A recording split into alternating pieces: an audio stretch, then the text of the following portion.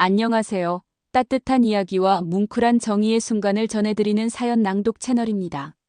오늘의 이야기는 79세 청소부가 하루 만에 10억짜리 집을 되찾은 기막힌 이유의 첫 번째 이야기, 버려진 집, 잃어버린 이름입니다. 평생을 성실하게 살아온 한 노인이 믿었던 가족에게 배신당하고 세상 모든 것을 잃은 듯했지만 결국 자신의 이름을 되찾은 기적 같은 이야기입니다. 잠시 마음을 가라앉히고 함께 들어보시죠. 79세 김정숙 씨는 평생을 남의 집을 닦으며 살았습니다. 이른 새벽 첫 차가 지나가기 전이면 이미 빗자루를 들고 있었고 해가 질 무렵이면 구부러진 허리를 펴며 오늘도 하루 잘 보냈다 며 스스로를 다독이곤 했죠. 남편은 젊은 시절에 병으로 먼저 세상을 떠났고 하나뿐인 아들은 직장을 찾아 서울로 올라가더니 연락이 점점 뜸해졌습니다. 그렇게 혼자 남은 정숙 씨에게 남은 건 남편과 함께 손수 지은 작은 단독주택 한 채였습니다. 흙담의 하얀 대문, 그리고 봄이면 담장 아래로 흐드러지게 피어나는 매화꽃이 자랑이었죠. 하지만 세월은 그 집마저 낡게 만들었습니다. 벽지는 누렇게 변했고 마당에 장독대는 금이 갔습니다. 그래도 정숙 씨는 그 집을 버리지 않았습니다. 이 집만은 이 손으로 닦은 마지막 자존심이야. 그녀는 먼지를 닦을 때마다 그렇게 중얼거렸죠. 어느 날 마을에 부동산 중개인이 찾아왔습니다. 할머니, 요 근처 재개발 들어간대요. 여긴 곧 큰 길이 난답니다. 지금 팔면 10억은 받겠어요. 하지만 정숙 씨는 웃으며 고개를 저었습니다. 돈이야 있으면 좋지. 근데 난 여기서 죽을 거야. 그녀에게 그 집은 재산이 아니라 인생이었습니다. 그러던 어느 날 오랫동안 소식 없던 아들이 전화를 걸어왔습니다. 엄마, 저 이번에 사업 시작했어요. 계약 때문에 엄마 도장 좀 써야 하는데 잠깐만 믿고 서류 하나만 도와주세요. 정숙 씨는 반가움에 울컥했습니다. 그래, 우리 아들 드디어 자리 잡는구나. 그녀는 아들이 보낸 택배 봉투 속 서류에 아무 의심 없이 도장을 찍었습니다. 그게 어떤 의미인지도 모른 채로요. 며칠 뒤 마을 이장은 다급히 뛰어왔습니다. 할머니, 이 집 명의가 바뀌었어요. 혹시 땅 팔았어요? 정숙 씨는 놀라 눈을 크게 떴습니다. 무슨 말이야, 내가 왜 팔아? 이장은 핸드폰을 꺼내 등기부등본을 보여줬습니다.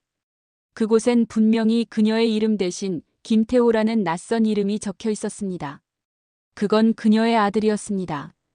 그날 밤 정숙 씨는 방 안에서 아무 말도 하지 못했습니다. 작은 스탠드 불빛 아래 손에 쥔 도장이 덜덜 떨렸습니다. 내 손으로 내 집을 내줬단 말이야.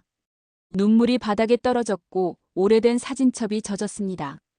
다음 날 아침 집 앞에는 이미 부동산 차량이 와 있었습니다. 낯선 남자가 말했습니다. 할머니, 저희가 이 집 매입했어요. 다음 주면 철거 들어가니까 짐 빼셔야 합니다. 정숙 씨는 멍하니 그 말을 들었습니다. 내가 여길 나가야 한단 말이냐. 그렇게 50년의 세월을 함께한 집이 하루아침에 남의 손에 넘어갔습니다. 이웃들은 조용히 고개를 숙였고 정숙 씨는 말없이 길바닥에 앉아 있었습니다. 바람은 불었지만 아무 소리도 들리지 않았습니다. 그녀의 이름이 사라진 등기부등본 위로 세월의 먼지처럼 눈물이 흘러내렸습니다. 그리고 그날 밤 그녀는 다짐했습니다. 내가 아무것도 몰라도 내 이름은 내가 되찾는다. 집을 빼앗긴 다음 날 정숙 씨는 쪽방 같은 허름한 월세방으로 옮겨졌습니다. 벽에는 곰팡이가 피었고 겨울바람은 창문 틈으로 스며들었죠. 청소 용역 일을 그만둘까도 했지만 그녀는 그 일을 놓지 않았습니다. 내 손으로 번 돈으로 다시 시작해야지. 그녀의 손엔 낡은 걸레가 쥐어져 있었고 그 걸레엔 오래된 눈물이 배어 있었습니다. 일터에서 사람들은 그녀의 사정을 알고는 조용히 위로했습니다. 할머니, 너무 마음 쓰지 마세요. 세상엔 정의가 있어요. 그녀는 고개를 끄덕였지만 마음속은 무너지고 있었습니다.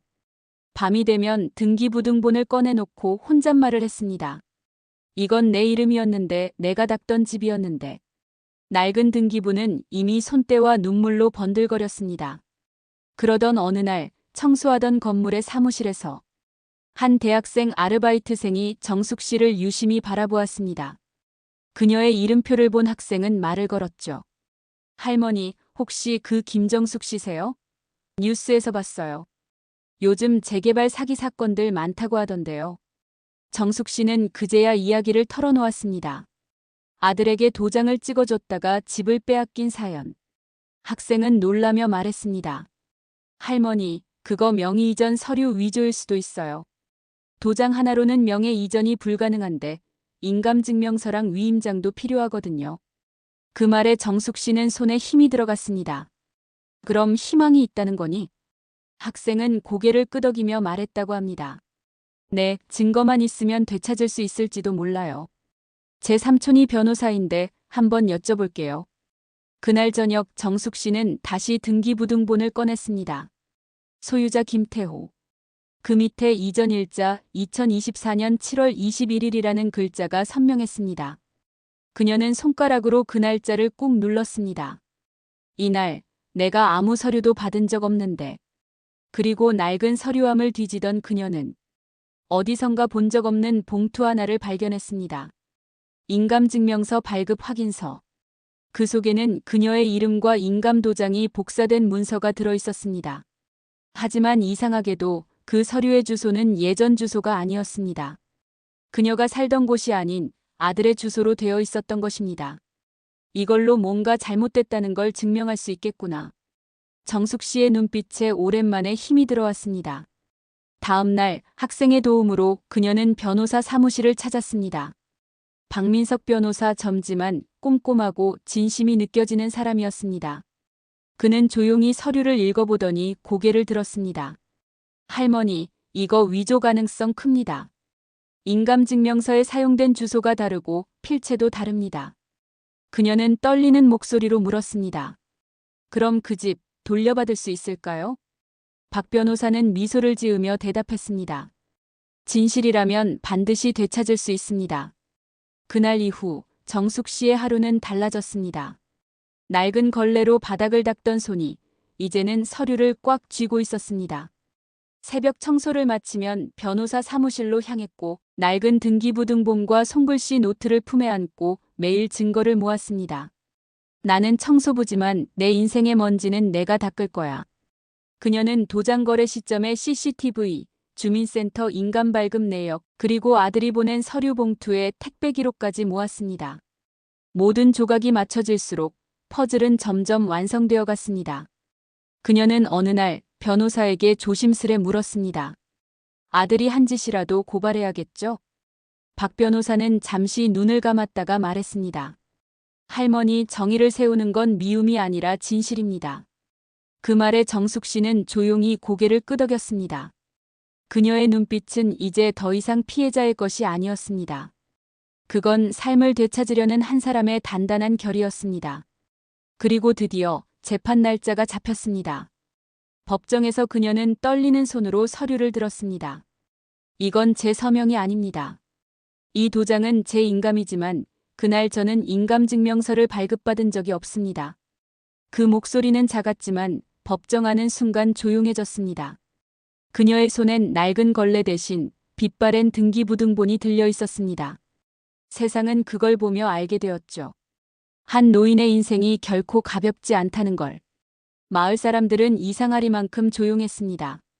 정숙 씨의 집이 철거될 예정이라는 소식이 퍼졌지만 누구 하나 공개적으로 말하지 않았습니다. 이장은 마을회관 앞에서 그녀를 보고도 고개를 숙였습니다. 이장님, 내 집이 팔렸는데 아무도 모른다니 그게 말이 돼요?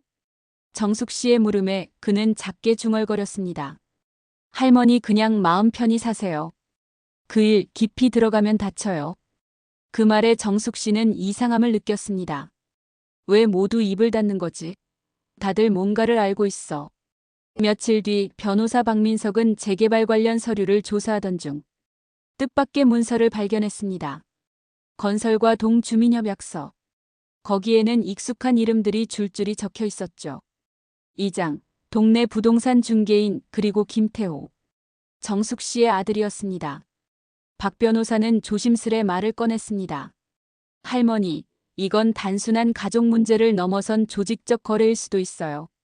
당신 아들이 이용당했거나 혹은 공모했을 가능성도 있습니다. 정숙 씨는 아무 말 없이 고개를 숙였습니다. 아들이 나를 이용했단 말이야. 그날 밤 정숙 씨는 오랫동안 잠을 이루지 못했습니다. 한평생 가족이라고 믿었던 사람이 돈 몇 푼 때문에 자신을 팔아넘겼을지도 모른다는 생각에 가슴이 미어졌습니다.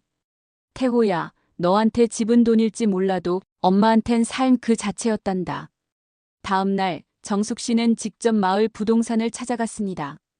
아저씨, 내 집 판 게 당신이지요? 중개인은 당황한 듯 커피잔을 내려놓았습니다. 아, 그게 할머니가 동의하셨잖아요. 도장도 찍으셨고요. 내가 도장은 찍었지만 내용도 모른 채였어요. 그럼 그건 사기 아닙니까? 그녀의 목소리는 떨렸지만 단단했습니다. 그때 옆방에서 낯익은 목소리가 들렸습니다. 엄마. 정숙 씨는 천천히 고개를 돌렸습니다. 그곳엔 바로 아들 김태호가 서 있었습니다. 양복 차림의 그는 놀란 듯 말을 더듬었습니다. 엄마가 여긴 왜 그게 내가 설명하려 했어. 하지만 정숙 씨는 눈을 피하지 않았습니다. 이게 설명이야? 내가 내 등기부에 이름을 올린 게.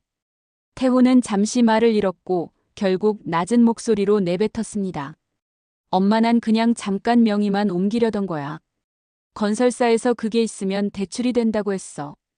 엄마 집을 담보로 잠깐만 쓰고 다시 돌려드리려 했다고.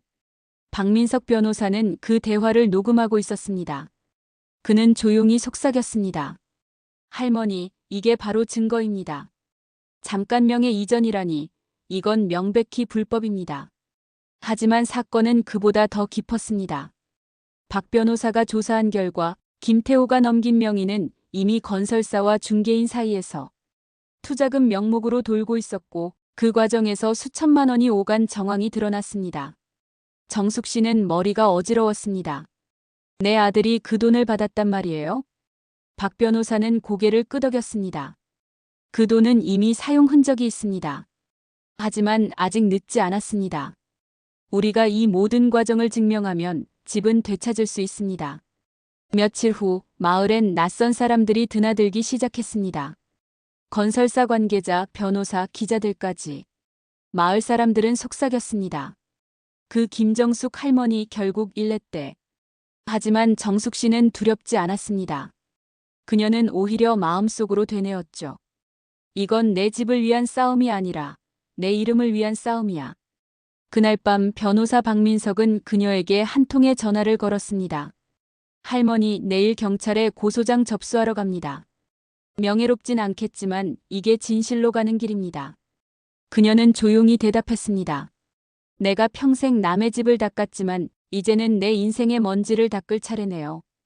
그날 아침 변호사 박민석은 무거운 표정으로 정숙 씨를 마주했습니다. 할머니, 오늘 드디어 그 서류 원본을 확보했습니다. 그가 조심스레 내민 파일 속에는 정숙 씨가 한때 찍었던 도장이 또렷하게 찍혀 있었습니다. 그러나 그 옆엔 낯선 필체의 이름과 주소가 덧붙여져 있었죠. 이게 바로 문제의 계약서입니다. 내용을 보면 전 소유자 김정숙으로부터 매매대금 10억 원의 양도받음이라고 되어 있습니다. 박 변호사의 말에 정숙 씨는 손으로 입을 막았습니다. 10억이라니 그런 돈 본 적도 없는데. 그녀의 머릿속엔 아들이 보내온 택배 서류가 떠올랐습니다. 엄마, 그냥 확인 도장만 찍어줘요. 계약용이에요. 그 한마디를 믿고 찍은 도장이 지금 그녀의 모든 것을 앗아간 증거가 되어 있었다. 도장 하나로 내 인생이 사라졌다. 정숙 씨는 중얼거리며 고개를 숙였습니다. 박 변호사는 조용히 말을 이었습니다. 이 서류의 작성 날짜와 인감증명서 발급 날짜가 다릅니다. 그리고 여기 보세요. 서명란의 필체가 2가지예요. 할머니가 직접 쓰신 부분은 없어요. 그녀는 떨리는 손으로 서류를 쓰다듬었습니다. 이게 내 이름을 훔쳐간 종이었구나. 며칠 뒤 변호사와 함께 경찰서에 도착한 정숙 씨는 위조 및 사기 혐의로 아들을 포함한 3명을 고소했습니다. 제가 찍은 도장은 맞지만 서류 내용은 몰랐습니다. 저는 그런 계약을 한 적이 없습니다. 그녀의 목소리는 작았지만 또렷했습니다. 조사관은 증거를 하나씩 넘겨보며 고개를 끄덕였습니다. 할머니, 인감증명서가 사용된 경로가 특이하네요. 발급된 곳이 마을주민센터가 아니라 서울 서초동으로 되어 있습니다. 정숙 씨는 눈을 크게 떴습니다. 그날 나는 마을 밖으로 나간 적이 없어요. 그녀는 자신이 서류를 건넸던 날을 떠올렸습니다. 택배로 받은 종이를 펼쳐놓고 단 한 번 찍었던 그 도장. 그 순간 택배 기사에게 건넸던 봉투가 이상하게 무거웠다는 기억이 스쳤습니다. 며칠 후 경찰은 택배 회사로부터 배송 기록을 확보했습니다.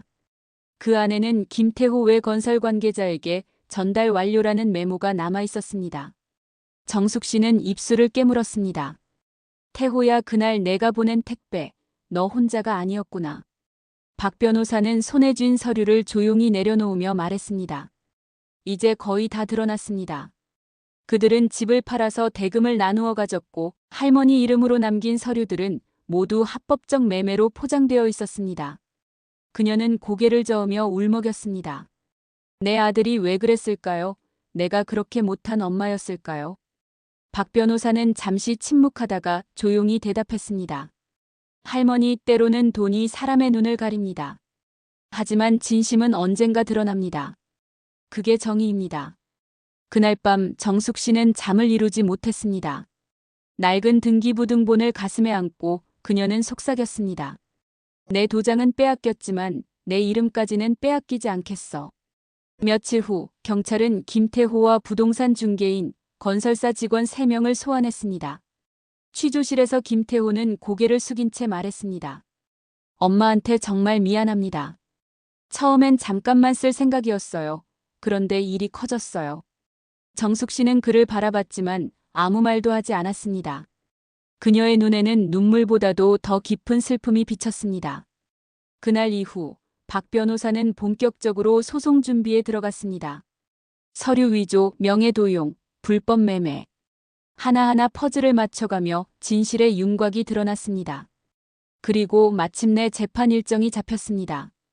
법정 안에서 정숙 씨는 작은 목소리로 진술했습니다.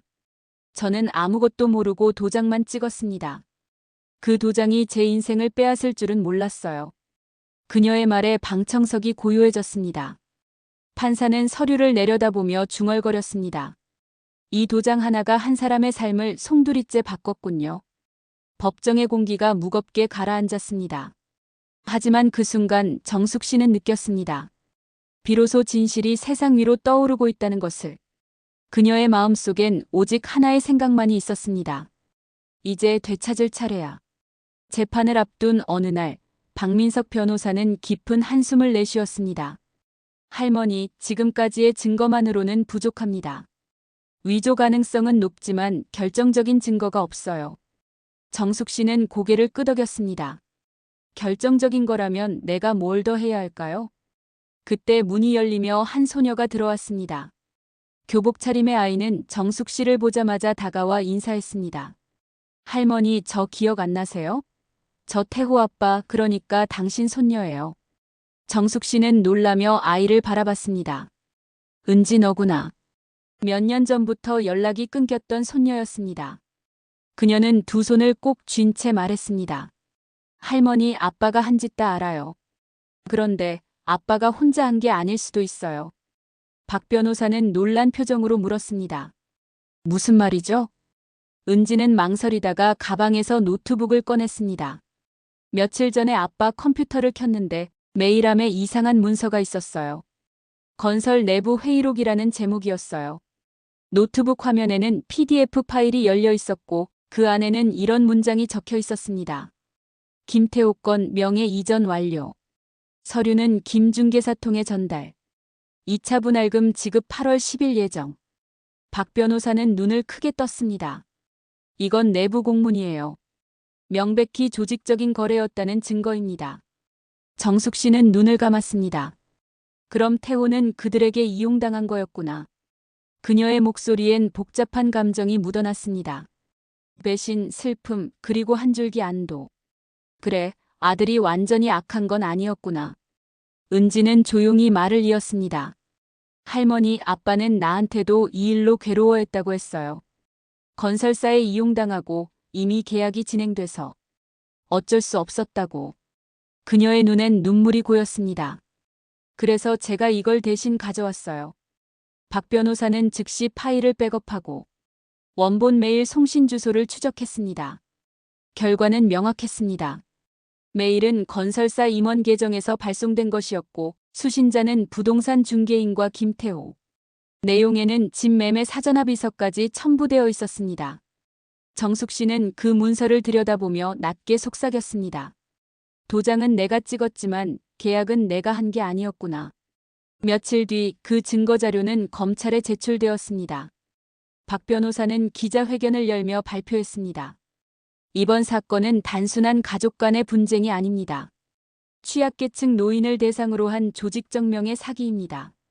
그날 저녁 뉴스에는 정숙 씨의 이름이 등장했습니다.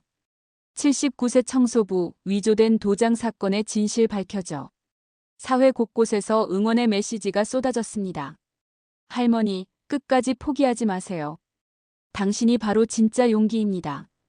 하지만 정숙 씨의 마음은 여전히 복잡했습니다. 밤늦게 손녀 은지가 그녀의 곁에 앉았습니다. 할머니, 아빠를 용서해 주세요. 이제 아빠도 후회하고 있어요. 정숙 씨는 조용히 웃었습니다. 은지야, 용서는 마음속에서 하는 거야. 그 사람이 반성할 때까지 난 내 이름을 되찾을 거야. 그녀의 눈빛은 어느 때보다도 단단했습니다. 낡은 걸레를 잡던 그 손이 이제는 법의 증거를 움켜쥐고 있었습니다. 그리고 드디어 마지막 재판날이 다가왔습니다. 정숙 씨는 단정한 옷을 입고 법정에 섰습니다. 그녀의 뒤엔 손녀 은지가 함께 서 있었습니다. 할머니, 같이 가요. 이건 우리 가족의 일이에요. 법정 안 판사의 목소리가 울려 퍼졌습니다. 새롭게 제출된 증거는 매매 계약의 실질적 당사자가 김정숙 씨가 아님을 명확히 보여줍니다. 순간 방청석 곳곳에서 탄성이 터졌습니다.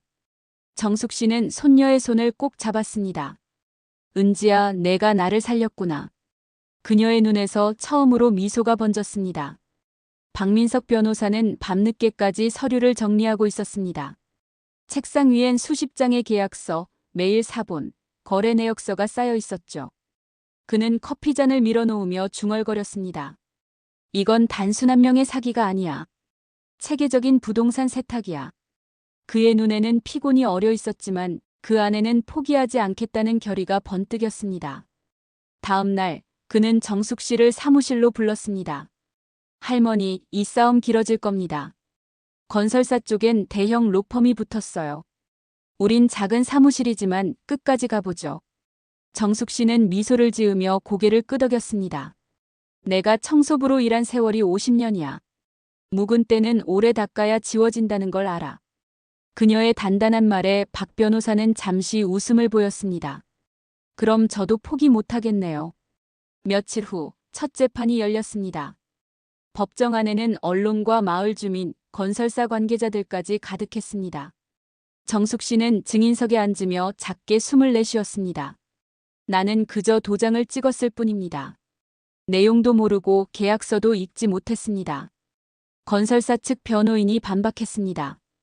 원고가 도장을 찍었고 매매 계약서에 자필 서명이 있습니다. 이건 법적으로 유효한 계약입니다. 그 순간 박민석이 자리에서 일어섰습니다. 자필 서명이라 말씀하셨죠? 하지만 이 서명은 김정숙 씨의 필체가 아닙니다. 저희는 필적 감정서를 제출합니다. 그는 준비해온 서류를 건넸습니다. 필적 감정 결과 계약서의 서명은 정숙 씨의 필체와 일치하지 않는다는 결론이었습니다. 법정안이 술렁였습니다. 판사는 조용히 말했습니다. 이 부분은 중요한 쟁점이군요. 감정 결과를 증거로 채택합니다. 정숙 씨는 그 순간 눈시울이 붉어졌습니다. 내 말을 믿어주는 사람이 있다.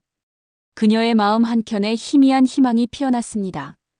그날 저녁 박 변호사는 사무실에서 손녀 은지와 마주 앉았습니다.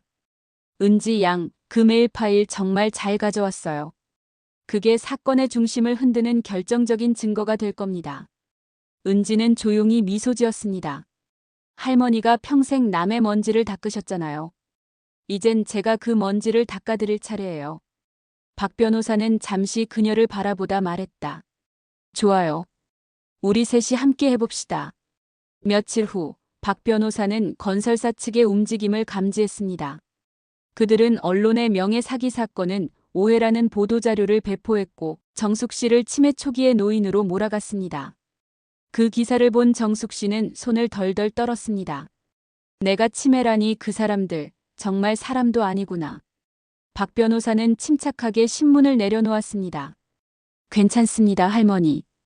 그들의 목적은 여론전이에요. 하지만 법정에선 거짓이 통하지 않습니다. 그는 책상 서랍을 열어 하나의 봉투를 꺼냈습니다. 이건 어제 확보한 겁니다. 건설사 내부 직원이 제보했습니다. 봉투 안에는 사진 몇 장이 들어 있었습니다. 건설 회의실 내부, 김태호와 중개인, 건설사 임원 회의 장면. 날짜는 계약이 체결되기 이틀 전. 정숙 씨는 사진을 바라보다가 중얼거렸습니다. 그날 내 아들이 나한테 전화했지. 도장만 찍어달라고.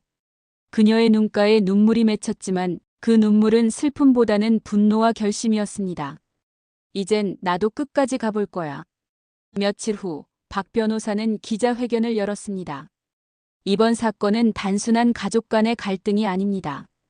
건설사와 중개업자가 고령자의 신뢰를 악용해 재산을 편취한 명백한 범죄입니다. 기자들의 카메라 플래시가 쏟아졌고 뉴스 헤드라인엔 이렇게 떴습니다. 79세 청소부 재개발 사기 사건의 실체를 밝히다. 세상은 드디어 김정숙이라는 이름을 기억하기 시작했습니다. 그녀의 삶은 단 하루 만에 불쌍한 노인에서 정의를 되찾은 사람으로 바뀌고 있었습니다. 그날 밤 박 변호사는 홀로 창밖을 바라보며 중얼거렸습니다. 할머니, 아직 끝나지 않았습니다. 진짜 싸움은 이제부터입니다. 그리고 다음 날 아침 그는 새로 확보한 한 통의 문서를 들고 법원으로 향했습니다. 그 문서에는 이렇게 적혀 있었습니다. 매매계약 무효, 명예 이전 취소 요청서 피고 건설 외 2명. 이제 정의의 싸움이 본격적으로 시작되었습니다. 그리고 그 싸움의 중심에는 79세 청소부 김정숙 씨가 있었다. 법정 안은 긴장감으로 가득했습니다. 이른 아침부터 기자들과 방청객이 몰려들었고 정숙 씨는 고개를 숙인 채 조용히 입장을 기다리고 있었습니다. 그녀의 손엔 여전히 낡은 등기부등본이 쥐어져 있었죠. 그 등본은 세월처럼 빛이 발했지만 그 안에는 한 사람의 인생이 새겨져 있었습니다. 사건 번호 2025가 한 명이 이전 무효소송, 원고 김정숙. 판사의 목소리가 울려 퍼졌습니다. 변호사 박민석은 차분하게 증거 파일을 꺼냈습니다. 존경하는 재판장님, 오늘은 3가지 증거를 제출하겠습니다. 첫째, 피고 김태호가 위조된 계약서를 제출했다는 필적 감정 결과. 둘째, 건설사 내부 회의록 이메일. 셋째, 사건의 날짜와 인감 발급 시점이 맞지 않는 행정기록입니다. 법정의 공기가 묵직하게 내려앉았습니다. 판사는 서류를 하나씩 넘겨보며 고개를 끄덕였습니다. 필적 감정 결과, 원고 김정숙의 필체와 서류의 서명이 불일치한다. 이 부분, 피고 측은 어떻게 설명합니까? 건설사 측 변호사는 다소 당황한 표정으로 대답했습니다. 단순한 서명 대리 작성일 가능성이 있습니다. 김태호 씨가 어머니의 의사를 받아 대신 작성했을 수 있습니다. 그 말에 박민석이 즉시 일어섰습니다. 그렇다면 피고 측은 원고의 동의를 입증해야 합니다. 하지만 저희가 확보한 CCTV에는 당일 김정숙 씨가 인감증명서를 발급받은 사실이 없습니다. 그는 화면을 켰습니다. 모니터 속에는 마을주민센터의 영상이 재생되고 있었습니다. 발급일로 명시된 그날, 창구 앞엔 김정숙 씨의 모습이 없었습니다. 대신 낯선 남성이 서 있었죠. 그는 모자를 깊게 눌러 쓴 채 서류를 제출하고 있었습니다. 정숙 씨는 화면을 보며 숨을 삼켰습니다. 저 사람 내 아들이랑 같이 있던 건설사 직원이에요. 법정 안이 술렁였습니다. 판사가 단호하게 말했습니다.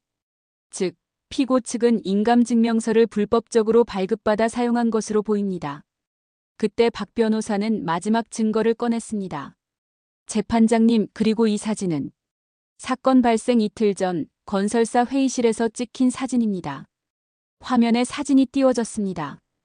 김태호, 중개인, 건설사 임원이 한 테이블에 앉아 있었습니다. 테이블 위에는 매매계약서라는 문서가 놓여 있었죠. 날짜는 7월 19일. 그날은 정숙 씨가 도장을 찍기도 전이었습니다. 법정 안은 숨소리조차 들리지 않을 만큼 조용해졌습니다. 박 변호사는 조용히 마무리했습니다. 즉, 계약은 이미 사전에 작성되어 있었고 도장은 단지 합법처럼 보이기 위한 도구에 불과했습니다. 정숙 씨는 손을 꼭 쥐었습니다. 그녀의 눈에는 눈물이 맺혔지만 이번엔 슬픔이 아니라 해방의 눈물이었습니다. 내가 미쳤던 게 아니었구나. 내 말이 다 맞았던 거야. 판사는 서류를 덮으며 고개를 끄덕였습니다. 피고 측은 위조와 불법명예 이전에 대한 소명 의무를 다하지 못했습니다. 추가 증거 없이 본 재판을 종결하겠습니다. 그 말에 방청석 곳곳에서 박수가 터졌습니다. 정숙 씨는 손녀 은지의 손을 꼭 잡았습니다. 은지야, 우리가 해냈구나. 은지는 울먹이며 말했습니다. 할머니, 이제 우리 집 다시 돌려받을 거예요. 재판이 끝난 뒤 건설사 측 관계자들은 황급히 자리를 떠났고 김태호는 고개를 숙인 채 아무 말도 하지 못했습니다. 정숙 씨는 그를 조용히 바라보다 작게 한마디 했습니다. 태호야, 내가 나를 속였지만 그래도 널 미워하진 않을게. 다만 내가 한 일을 평생 잊지 말아라. 그날 밤 박 변호사는 조용히 말했다고 합니다. 할머니, 이제 거의 다 왔습니다. 곧 판결이 내려질 겁니다. 그녀는 미소를 지으며 대답했습니다. 민석 씨, 난 오늘 처음으로 세상이 공평하다고 느꼈어요. 그 말에 박 변호사는 고개를 숙였습니다. 그의 눈에도 눈물이 맺혀 있었습니다. 법정 안은 숨이 막힐 정도로 고요했습니다. 오늘은 최종 선고가 내려지는 날. 방청석에는 기자, 시민들, 그리고 마을 사람들까지 자리 잡고 있었습니다. 그 누구도 이 노인의 마지막 싸움을 놓치고 싶지 않았습니다. 정숙 씨는 깔끔한 흰 블라우스에 검은 재킷을 걸치고 손녀 은지와 함께 법정 안으로 들어섰습니다. 그녀의 손에는 여전히 빛바랜 등기부등본 한 장이 쥐어져 있었죠. 마치 인생의 마지막 증거처럼. 재판장이 입장하자 모두 자리에서 일어섰습니다. 판사는 조용히 말했습니다. 오늘은 원고 김정숙 씨의 명의 이전 무효 소송에 대한 최종 선고일입니다. 그 말이 떨어지자 변호사 박민석이 자리에서 일어났습니다. 존경하는 재판장님, 최종 증거를 제출하겠습니다. 이건 김태호 씨가 직접 작성한 진술서입니다. 법정의 시선이 한 곳으로 쏠렸습니다. 박민석은 서류를 넘기며 설명했습니다. 진술서에 따르면 김태호 씨는 건설사의 요구에 따라 어머니의 도장을 받아오면 보증금 대출용으로만 사용한다고 속았고 이후 자신도 그 서류가 매매계약서로 위조된 사실을 뒤늦게 알았다고 했습니다. 판사는 잠시 서류를 들여다보다 고개를 들었습니다. 피고 김태호 씨 사실입니까? 김태호는 자리에서 일어나 떨리는 목소리로 대답했습니다. 네, 맞습니다. 저는 그저 잠깐만 사용하려고 했습니다. 그런데 건설사에서 제 서류로 계약을 진행해버렸습니다. 어머니는 아무것도 모릅니다. 순간 법정은 정적에 휩싸였습니다. 정숙 씨는 그 말을 듣고도 아무 반응이 없었습니다. 그저 천천히 손에 쥔 서류를 바라볼 뿐이었습니다. 그래, 그게 내 진심이었구나. 늦었지만 다행이야. 박 변호사는 조용히 마지막 자료를 꺼냈습니다. 재판장님, 이건 사건의 핵심이 되는 계약서 원본입니다. 원고가 직접 말씀하시는 게 좋을 것 같습니다. 판사는 고개를 끄덕였습니다. 김정숙 씨, 이 서류를 보시겠습니까? 정숙 씨는 천천히 자리에서 일어났습니다. 그녀의 손끝은 떨렸지만 눈빛은 단단했습니다. 서류가 눈앞에 놓이자 그녀는 한참 동안 말이 없었습니다. 그러다 마침내 입을 열었습니다. 이건 제 서명이 아닙니다. 그 한마디가 울리자 법정 안의 공기가 달라졌습니다. 그녀의 목소리는 작았지만 마치 벼락처럼 모든 사람의 가슴을 때렸습니다. 이건 제가 쓴 글씨가 아닙니다. 저는 글을 잘 몰라요. 도장은 제가 찍었지만 계약이 뭔지도 모르고 찍었어요. 그때 저는 아들 말만 믿었어요. 그게 제 죄라면 이제라도 바로잡고 싶습니다. 그녀의 말이 끝나자 판사는 조용히 안경을 벗었습니다. 그리고 잠시 침묵이 흘렀습니다. 변호사 박민석은 눈시울을 훔쳤고 손녀 은지는 할머니의 손을 꼭 잡고 울고 있었습니다. 잠시 후 판사는 선고문을 읽기 시작했습니다. 법원은 피고의 명의 이전 행위가 원고의 자유로운 의사에 의한 계약으로 보기 어렵다고 판단합니다. 따라서 원고 김정숙 씨의 소유권 이전 등기를 무효로 합니다. 그 말이 떨어지는 순간 정숙 씨의 손에서 등기부등본이 바닥으로 떨어졌습니다. 그녀는 그대로 자리에 앉아 손으로 얼굴을 가렸습니다. 돌아왔구나 내 집이. 방청석에서 박수가 터졌습니다. 기자들의 카메라 플래시가 연신 터졌고 그녀는 손녀의 어깨에 기대어 조용히 울었습니다. 그날 저녁 뉴스에는 이런 자막이 떴습니다. 79세 청소부 위조된 계약을 뒤집고 10억 원대 주택 소유권 되찾아. 그리고 화면 속 인터뷰에서 정숙 씨는 조용히 이렇게 말했습니다. 돈보다 무서운 게 믿음이더군요. 하지만 믿음이 깨져도 진심은 끝까지 남아요. 내 이름은 내가 지켜야 하니까요. 그녀의 말은 보는 이들의 가슴을 울렸습니다. 누군가는 댓글을 달았습니다. 세상에 아직 정의가 있다는 걸 보여주신 분. 그분의 한마디, 이건 제 서명이 아닙니다. 세상 모든 약한 이들에게 용기를 주네요. 그날 밤 정숙 씨는 오래된 걸레를 손에 쥐었습니다. 그리고 천천히 미소 지었습니다. 이제는 이 걸레로 내 집을 다시 닦을 수 있겠구나. 판결이 내려진 지 보름 후 햇살이 유난히 따뜻했던 어느 봄날이었습니다. 김정숙 씨는 변호사 박민석, 손녀 은지와 함께 법원 등기과를 찾았습니다. 손에 든 봉투 속엔 소유권 이전 회복 등기 신청서가 있었습니다. 직원이 서류를 확인하더니 고개를 끄덕였습니다. 이제 모든 절차가 끝났습니다. 오늘부로 김정숙님 명의로 소유권이 복원됩니다. 그 말에 정숙 씨는 잠시 말을 잃었습니다. 정말 내 이름이 돌아온 거예요? 네, 이제 이 집은 다시 김정숙님의 것입니다. 그녀의 손이 떨렸습니다. 도장을 찍던 그날의 두려움이 떠올랐고 눈앞이 순간 흐려졌습니다. 그러다 천천히 웃음이 번졌습니다. 고맙습니다. 내가 다시 내 집 주인이 되었네요. 그녀는 등기부등본을 두 손으로 꼭 쥐었습니다. 그 속에 적힌 소유자 김정숙. 그 한 줄이 지난 몇 달간의 고통을 모두 씻어주는 듯 했습니다. 그날 오후 정숙 씨는 박민석 변호사와 함께 오랫동안 비워져 있던 자신의 집으로 향했습니다. 철거가 중단된 채 멈춰 있던 대문 앞에서 그녀는 한동안 서 있었습니다. 먼지 쌓인 대문, 잡초가 자란 마당, 하지만 그 모든 게 너무나 그리운 풍경이었습니다. 민석 씨, 이 냄새 아세요? 흙냄새요. 난 이 냄새 맡으려고 평생 살았어요. 그녀는 손수건을 꺼내 대문 손잡이를 닦았습니다. 손끝에 묻은 먼지를 바라보며 마치 잃었던 가족을 다시 만난 듯 눈물이 맺혔습니다. 박 변호사는 조용히 말했습니다. 할머니, 이제 이 집은 더 이상 증거물이 아닙니다. 그냥 할머니의 집이에요. 정숙 씨는 고개를 끄덕이며 웃었습니다.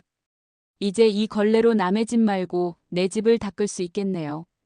그날 저녁 손녀 은지와 함께 마당에 앉아 밥상을 차렸습니다. 단출한 된장찌개, 김치, 그리고 밥 한 공기. 은지야, 이게 진짜 밥상이야. 내 집에서 먹는 밥이 제일 맛있어. 은지는 눈시울을 붉히며 고개를 끄덕였습니다. 할머니, 이 집 냄새가 아직도 살아있어요. 정숙 씨는 천천히 대답했습니다. 그럼 됐지. 이 집도 나도 아직 살아있으니까. 다음 날 마을 사람들은 하나둘 찾아왔습니다. 그동안 침묵했던 이장도 찾아와 고개를 숙였습니다. 할머니 미안했어요. 그때 겁이 나서 아무 말도 못했어요. 정숙 씨는 웃으며 대답했습니다. 이젠 괜찮아요. 사람은 다 무서울 때가 있으니까. 그날 밤 TV 뉴스에서는 79세 청소부 재개발명의 사기 피해 승소라는 기사가 흘러나왔습니다. 기자들이 마당을 찾아와 인터뷰를 요청하자 정숙 씨는 담담히 이렇게 말했습니다. 나는 특별한 사람 아닙니다. 그냥 평생 성실하게 살던 사람이에요. 근데 세상에선 그런 사람이 가장 쉽게 속아요. 그래서 나는 마지막으로 세상이 내 이름을 기억해 주길 바랐어요. 그녀의 말에 기자들은 고개를 숙였습니다. 그리고 며칠 후 뉴스 댓글에는 이런 글들이 달렸습니다. 이 시대의 진짜 주인공. 노인의 용기가 세상을 바꿨다. 그날 밤 그녀는 마당에 서서 별을 올려다봤습니다. 여보, 나 돌아왔어요. 우리 집이 다시 우리 집이 됐어요. 바람이 살짝 불었고 담장 아래 매화꽃이 흩날렸습니다. 그녀는 조용히 웃었습니다. 그 미소엔 슬픔도 분노도 미련도 없었습니다. 오직 이름을 되찾은 사람의 평화만이 남아 있었습니다. 봄비가 내리던 아침, 정숙 씨는 천천히 마당을 쓸고 있었습니다. 지붕 끝에서 떨어지는 빗방울이 돌담을 적셨고 매화꽃 잎이 빗물에 섞여 흘러내렸습니다. 비도 흙도 다 내 집이야. 그녀는 빗자루를 멈추고 하늘을 올려다봤습니다. 하얗게 흐린 하늘 사이로 오래된 나무의 가지가 부드럽게 흔들렸습니다.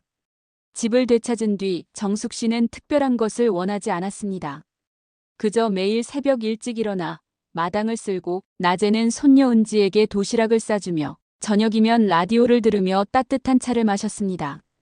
변호사 박민석은 가끔 들러 마당 의자에 앉아 차를 함께 마셨습니다. 할머니, 이제 정말 끝났어요. 정숙 씨는 웃으며 대답했습니다. 민석 씨, 세상에 진짜 끝이라는 게 있을까요? 살다 보면 먼지처럼 새 일들이 또 생기겠죠. 그래도 이번엔 내가 닦을 준비가 돼 있으니까요. 박 변호사는 고개를 끄덕였습니다. 그녀의 말에는 오랜 세월의 무게와 그걸 견뎌낸 사람만이 가질 수 있는 단단한 평온이 담겨 있었습니다. 며칠 뒤 정숙 씨는 오래된 걸레를 손에 쥐었습니다. 그 걸레는 수십 년 동안 그녀의 손에 붙어 있던 삶의 상징이었습니다. 이젠 낡고해졌지만 버릴 수 없었습니다. 그녀는 걸레를 들고 천천히 집안을 돌았습니다. 빵 하나, 부엌, 창틀, 문고리. 그리고 마지막으로 현관 앞을 닦았습니다. 이제야 진짜 끝났네. 그녀는 걸레를 깨끗이 빨아 햇살 아래에 널었습니다. 햇빛이 걸레 위로 부드럽게 내리쬐며 마치 그녀의 인생을 위로하듯 빛났습니다. 그날 오후 손녀 은지가 학교를 마치고 돌아왔습니다. 할머니, 저 학교에서 발표했어요. 내가 존경하는 사람으로 할머니 얘기했어요. 정숙 씨는 미소를 지었습니다. 그래? 왜 하필 나야? 은지는 단호히 대답했습니다. 세상 누구보다 용기 있었으니까요. 그녀는 손녀를 꼭 안았습니다. 은지야, 사람은 돈으로 사는 게 아니야. 이름으로 마음으로 사는 거야. 그걸 잊지 마. 저녁이 되자 마당에 노을이 번졌습니다. 붉은 하늘빛이 집벽을 물들이고 바람이 창문 틈을 스치며 살짝 웃는 듯 불어왔습니다. 그녀는 천천히 의자에 앉아 눈을 감았습니다. 그녀의 앞에는 작은 쪽지가 놓여 있었습니다. 이 집은 다시 나의 집이 되었습니다. 그리고 이제 내 마음도 나의 것입니다. 손녀 은지는 그 쪽지를 보며 미소 지었습니다. 할머니는 오늘도 청소 중이시구나. 시간이 흘러 그 집의 담장 아래엔 새 매화나무 한 그루가 자라기 시작했습니다. 봄이면 하얀 꽃이 피고 이웃들은 그 나무를 보며 이렇게 말하곤 했습니다. 저 매화는 주인처럼 강하네. 한번 부러져도 다시 피잖아. 그 집은 여전히 조용했습니다. 하지만 그 안엔 따뜻한 공기가 흐르고 있었죠. 정숙 씨가 남긴 마지막 청소는 먼지를 닦는 일이 아니라 사람의 마음을 닦는 일이었습니다. 그녀의 이름은 이제 법에도 세상에도 그리고 사람들의 기억에도 또렷하게 남아 있었습니다. 오늘 이야기 어떠셨나요? 79세 청소부 김정숙 씨의 이야기는 단순히 재산을 되찾은 이야기 그 이상이었습니다. 그건 내 이름을 잃지 않겠다는 한 사람의 의지, 그리고 세상의 정의가 여전히 살아있음을 보여준 증거였습니다. 구독과 좋아요, 그리고 댓글로 여러분의 마음을 남겨주세요. 다음 사연에서 또 만나 뵙겠습니다.